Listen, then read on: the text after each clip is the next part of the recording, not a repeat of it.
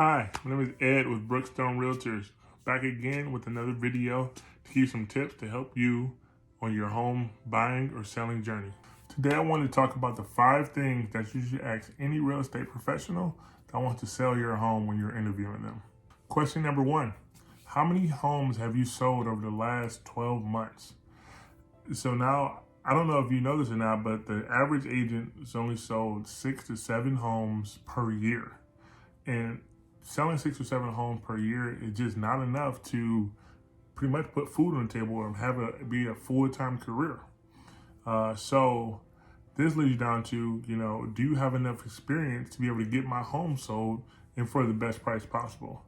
Also, do you have enough experience to navigate me through the current market? So that's where that 12 months come into handy, because they could have done a lot of business 10 years ago, but it doesn't mean that today they're still relevant and understand how the process flows in today's market. For newer agents or whatnot, you need to ask them, if you haven't had a lot of homes sold, what team around you is there and what does their record look like?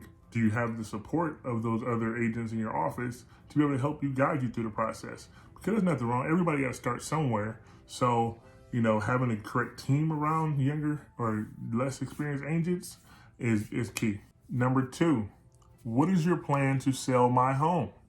So a common misconception in our industry is that real estate agents just throw houses on market and that's all they do to get a home sold. That's not the case at all.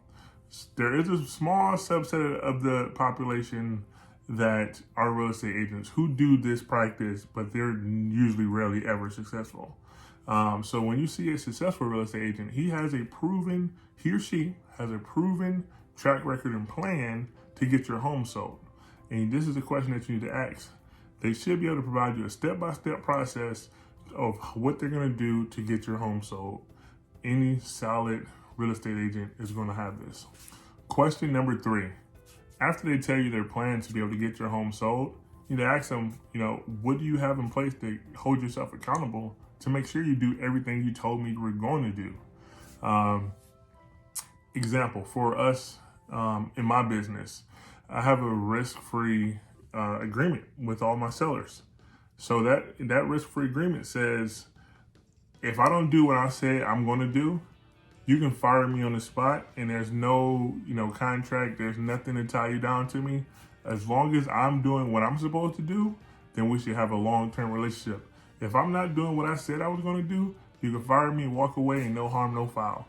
This puts the risk back onto me as opposed to you, the seller, and that's how it should be. Question number 4, what is your compensation structure? What do you charge to sell my home? Is it a performance-based compensation plan, or is it a static, rigid compensation plan? What do you charge and why do you charge it to do what? Final question, number 5, what is your pricing strategy? So any good real estate agent is going to be able to walk you through their plan and how they price property. They don't go off of feeling, they don't go off of emotion. They have data and numbers to back up why your house is going to sell for what it should sell for. So make sure you have them walk through that plan, because that'll tell you exactly if they know what they're doing when they're pricing property. And pricing property is probably one of the biggest indicators on if a property will sell or not. And also having a realtor that will shoot you straight and tell you bad news if you have some.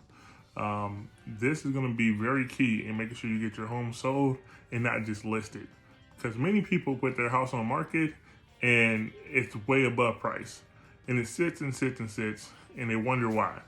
It's because from the get-go, the agent was afraid to tell them that, hey, we shouldn't price it at that high.